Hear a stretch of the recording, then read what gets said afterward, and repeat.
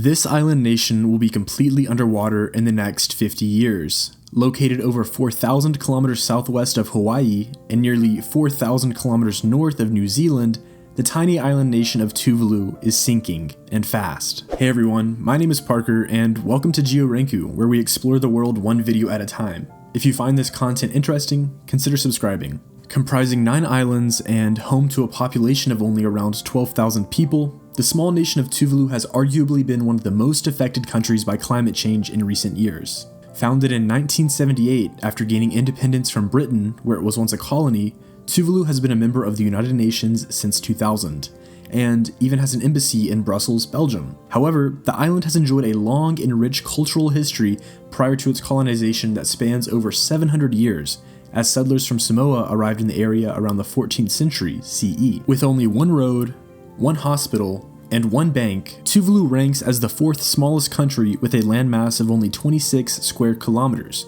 or 1 4/5 of LAX. Tuvalu's economy is also quite small, with a GDP of only 49 million USD. To put that in comparison, Tuvalu's closest neighbor, Fiji, has a GDP of nearly 4.4 billion. Their income mainly consists of selling fishing rights to neighboring countries, the sale of postage stamps, and tourism. Still, with only around 12,000 people living on its islands, nearly $50 million a year is quite impressive. However, one of their most interesting sources of income comes in the form of Tuvalu's domain, .tv. VeriSign, a domain wholesaler, pays the country $5 million a year for the rights to control and manage the domain. With streaming services becoming extremely popular over the last few years, many sites are using Tuvalu's domain, most notably Twitch.tv. But why is the country sinking, and is there anything the nation can do to stop it? As global temperatures continue to steadily rise at a rate of 0.13 degrees Fahrenheit or 0.08 degrees Celsius, the ocean water also begins to warm. As water warms, it expands.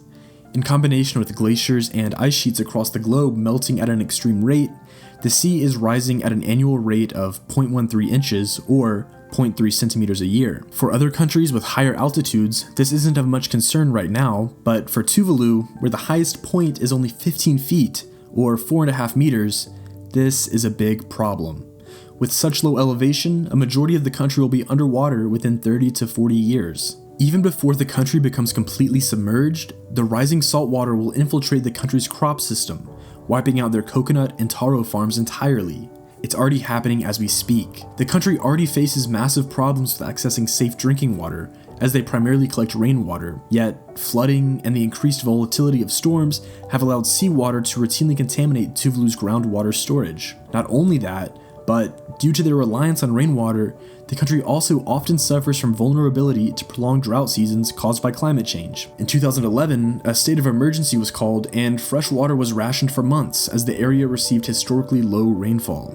As the nation's crop system becomes unsustainable due to these conditions, residents are forced to spend hundreds of dollars a month on imported groceries. In addition, the higher temperatures are causing coral bleaching in the area, which affects the entire marine ecosystem around the country. When coral bleaching occurs, a specific toxin, ciguatera, is released from the coral and infects nearby fish. Because the primary diet of the islanders consists of fish, ciguatera poisoning has seen a dramatic increase, and now the nation's hospital explains that such poisoning accounts for over 10% of the weekly caseload for climate-related illnesses. Exhaustion, dehydration, stroke, and heat rashes have also seen an uptick in occurrence due to increased temperatures. Yet, despite this impending doom, Tuvalu remains resilient. In 2019, former Prime Minister Inele Sopoaga explained that evacuating the islands would be a last resort. Fiji has even repeatedly offered the government of Tuvalu land to relocate all of its citizens.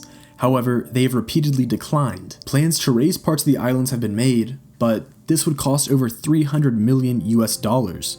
And so far, the project has received little to no funding. The United Nations has even pledged to build protective seawalls around certain parts of the islands. Yet, this plan has also continued to be delayed. There is hope, however. In late 2021, Foreign Minister Simon Kofe gave a powerful speech standing in knee-deep water, urging immediate action against climate change. Many of the world's biggest polluters have vowed to dramatically cut carbon emissions over the next few decades, but many Pacific Island nations have urged immediate action. In addition, at the beginning of April 2022, the United Nations named Ian Fry, who holds both Australian and Tuvaluan nationality, as a special reporter for climate change. His goal is to bring more awareness and visibility to what is happening in Tuvalu and across the world. Hopefully, with more visibility comes more support. However, time will only tell if the world starts to listen to the plight of Tuvalu. The responsibility falls on world superpowers. With donations and increased awareness of the country, change can occur. Seawalls can be built.